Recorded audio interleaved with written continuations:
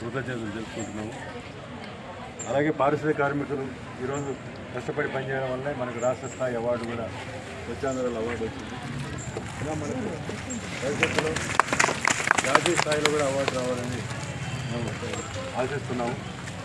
దానందరూ కూడా మనమందరూ కూడా ఈరోజు ఈ కార్మికులు ఎప్పుడు అండగా ఉండాలా.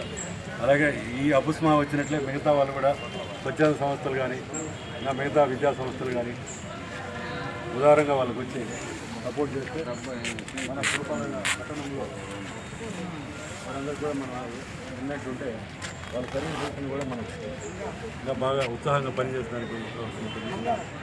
అలాగే వాళ్ళ విద్యార్థులు కూడా ఈ అబుస్మా తర్వాత వాళ్ళందరికీ కూడా అవగాహన కల్పించండి.